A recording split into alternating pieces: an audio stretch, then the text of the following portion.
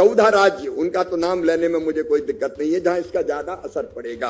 उन 14 राज्यों में मध्य प्रदेश, महाराष्ट्र, गुजरात, उत्तर प्रदेश, राजस्थान, कर्नाटक, बिहार, झारखंड, तेलंगाना, आंध्र प्रदेश, पंजाब, उत्तर प्रदेश, पश्चिम बंगाल और उड़ीसा है।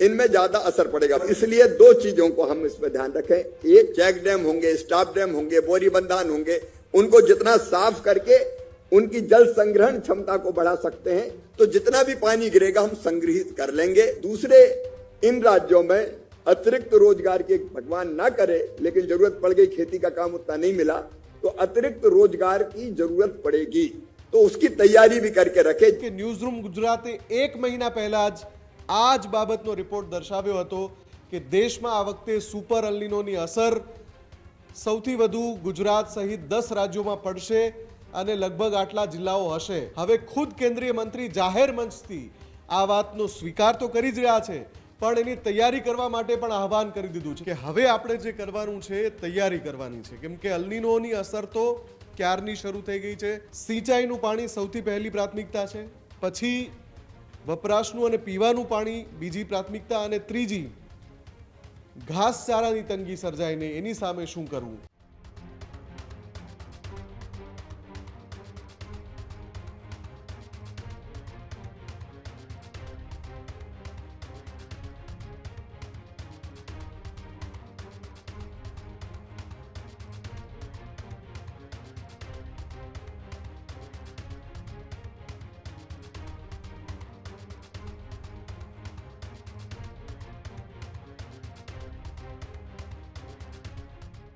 સુપર અલ્નિનો અને વરસાદ અંગે સૌથી મોટા સમાચાર। કેન્દ્રીય કૃષિ મંત્રીએ ગુજરાતનું નામ લઈને કરી મોટી વાત। ગુજરાત પર થશે અલ્નિનોની સૌથી વધુ અસર, આવી વાત શિવરાજસિંહ ચૌહાણે કરી છે। મહારાષ્ટ્ર, મધ્યપ્રદેશ, આંધ્રપ્રદેશ અને તેલંગાણામાં પણ આમની અસર થશે। તો ચોમાસાની અનિશ્ચિતતા વચ્ચે જાહેર મંચથી મંત્રીએ સાફ કર્યું, જળ સંરક્ષણની તૈયારી અત્યારથી જ કરવી પડશે, આવી વાત કેન્દ્રીય મંત્રીએ કરી। ચોમાસું નબળું રહેવાની સંભાવનાઓમાં ઉમેરો થયો છે। ખેત મજૂરો માટે પણ કેન્દ્રીય મંત્રીએ મોટી વાત કરી છે। ખેત મજૂરીને કામ ન મળે તો રોજગારનો વિકલ્પ તૈયાર કરો। દેશના 111 જિલ્લામાં અલ્નિનોની અસર વધુ રહી શકે છે, આવી વાત કેન્દ્રીય કૃષિ મંત્રી શિવરાજસિંહ ચૌહાણે કરી છે। દેશના 14 રાજ્યોમાં અલ્નિનોની અસર વધુ રહેશે, આવું જાહેર મંચ ઉપરથી શિવરાજસિંહ ચૌહાણ દ્વારા કહેવામાં આવ્યું છે। મુફાદલ મારી સાથે જોડાઈ ગયેલા છે। મુફાદલ, હવામાન વિભાગના નિષ્ણાતો દ્વારા આગાહી તો કરવામાં આવી રહી છે, પરંતુ હવે કેન્દ્ર સરકારે પણ કમર કસી લીધી છે અને જાહેર મંચ ઉપરથી રાજ્યના કૃષિ મંત્રીએ 14 રાજ્યોમાં સુપર અલ્નિનોની અસર કેવી થશે તેને લઈને મોટું નિવેદન આપ્યું છે। બિલકુલ ઉમંગ, આ એટલા માટે ખૂબ જ અગત્યની બાબત છે કેમ કે સુપર અલ્નિનો અને ખેંચાયેલું ચોમાસું, દુષ્કાળ જેવી સ્થિતિ, એના ઉપર લગાતાર ચર્ચા થઈ રહી છે। ગુજરાતમાં જુલાઈના પહેલા સપ્તાહમાં ચોમાસું પહોંચે તેવી આશા છે। આ બધાની વચ્ચે કેન્દ્રીય કૃષિ મંત્રી શિવરાજસિંહ ચૌહાણે ફરી એકવાર સુપર અલ્નિનોને લઈને મોટી વાત કરી છે ને આ વખતે એમણે ગુજરાતનું નામ સ્પષ્ટપણે લઈને કહ્યું છે કે ગુજરાત પર સુપર અલ્નિનોની અસર સૌથી વધુ થવાની સંભાવના છે અને એના માટે એમણે વિગતવાર માહિતી આપી કે કઈ કઈ પ્રકારની તૈયારીઓ કરવી પડશે। એમણે પહેલાં કહ્યું કે 315 જિલ્લા એવા છે કે જ્યાં સુપર અલ્નિનોની અસરના કારણે ચોમાસું વિક્ષેપિત થશે, ચોમાસાને અસર થશે, ચોમાસું મોડું પહોંચશે, વરસાદ રેગ્યુલર નહીં પડે, નબળું ચોમાસું રહેશે। એમાંથી એમણે 111 જિલ્લા એવા તારવ્યા છે।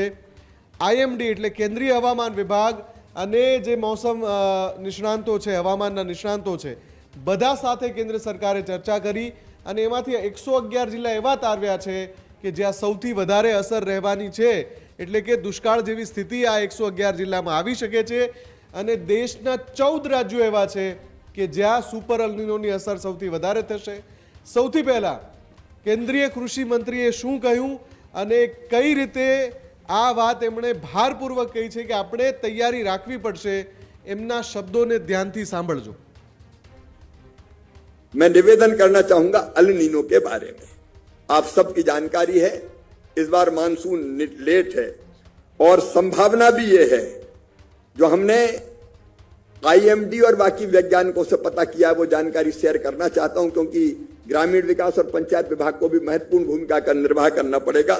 315 जिले में प्रभाव पड़ना संभावित है, मतलब बारिश कम होगी। उनमें से भी हमने छांटे 111 जिले ऐसे हैं जहां ज्यादा असर पड़ने की इसकी संभावना है। मैं संभावना की बात कर रहा हूं, तो हम अभी से अगर ध्यान देंगे 14 राज्य, उनका तो नाम लेने में मुझे कोई दिक्कत नहीं है, जहां इसका ज्यादा असर पड़ेगा। उन 14 राज्यों में मध्य प्रदेश, महाराष्ट्र, गुजरात, उत्तर प्रदेश, राजस्थान, कर्नाटक, बिहार, झारखंड, तेलंगाना, आंध्र प्रदेश, पंजाब, उत्तर प्रदेश, पश्चिम बंगाल और उड़ीसा है। इनमें ज्यादा असर पड़ेगा। भगवान ना करे कि ज्यादा असर पड़े, लेकिन हम बैठे देख नहीं सकते। हम पहले से ही खतरे को भांप लें और आवश्यक तैयारी पूरी कर लें। पीएम साहब का भी मंत्र यही है, और इसलिए 2 चीजों को हम इसमें ध्यान रखें। एक, अभी जल संरक्षण की जितनी भी हमारी छोटी बड़ी रचनाएं हैं, इकाइयां हैं, अलग अलग तालाब होंगे, खेत तालाब होंगे, चेक डैम होंगे, स्टॉप डैम होंगे, बोरी बंधान होंगे, उनको जितना साफ करके उनकी जल संग्रहण क्षमता को बढ़ा सकते हैं, तो जितना भी पानी गिरेगा हम संग्रहित कर लेंगे, और वो संग्रहित पानी काम आएगा वाटर लेवल को भी ऊपर बढ़ाने में, सिंचाई में भी, पीने के पानी में भी। तो एक तो अभी जो मानसून कई जगह आ गया है, लेकिन कई जगह दिक्कत है, तो आप ये काम कर लें। दूसरे, इन राज्यों में अतिरिक्त रोजगार के, भगवान ना करे लेकिन जरूरत पड़ गई, खेती का काम उतना नहीं मिला, तो अतिरिक्त रोजगार की जरूरत पड़ेगी, तो उसकी तैयारी भी करके रखे। जिले को नाम भी मेरे पास है, मैं राज्यों को अलग से शेयर कर दूंगा कि इन जिलों में ज्यादा इसका असर पड़ने की संभावना है। તો તમે સાંભળ્યું હશે કઈ રીતે કેન્દ્રીય કૃષિ મંત્રી શિવરાજસિંહ ચૌહાણે સ્પષ્ટ કહી દીધું છે કે હવે આપણે જે કરવાનું છે તૈયારી કરવાની છે, કેમ કે અલ્નીનોની અસર તો ક્યારની શરૂ થઈ ગઈ છે, ચોમાસું ક્યારનું ખેંચાઈ રહ્યું છે, અને જૂનમાં છેલ્લા 10 વર્ષનો સૌથી ઓછો વરસાદ છે એનો ડેટા પણ આપણે બતાવ્યો છે। એટલે હવે તૈયારીઓ એ કરવાની છે કે પાણીની તંગી સર્જાય, સિંચાઈનું પાણી સૌથી પહેલી પ્રાથમિકતા છે, પછી વપરાશનું અને પીવાનું પાણી બીજી પ્રાથમિકતા, અને ત્રીજી ઘાસચારાની તંગી સર્જાય નહીં એની સામે શું કરવું। અને આ વખતે જેટલો પણ વરસાદ પડે, નબળું ચોમાસું છે એટલે વરસાદ ઓછો પડવાનો છે નક્કી છે, પણ જેટલો પણ વરસાદ પડે એમાં પાણીનો વ્યય ન થાય અને જળ સંગ્રહ એ હવે આપણી સૌથી મોટી પ્રાથમિકતા હશે। આ પણ એમણે વાત કરી છે, અને સાથે સાથે એમણે કહ્યું કે 14 રાજ્યોના 111 જિલ્લા। હું યાદ અપાવી દઉં કે ન્યૂઝરૂમ ગુજરાતે 1 મહિના પહેલા જ આ જ બાબતનો રિપોર્ટ દર્શાવ્યો હતો કે દેશમાં આ વખતે સુપર અલ્નીનોની અસર સૌથી વધુ ગુજરાત સહિત 10 રાજ્યોમાં પડશે અને લગભગ આટલા જિલ્લાઓ હશે। આ અહેવાલ બતાવ્યો હતો।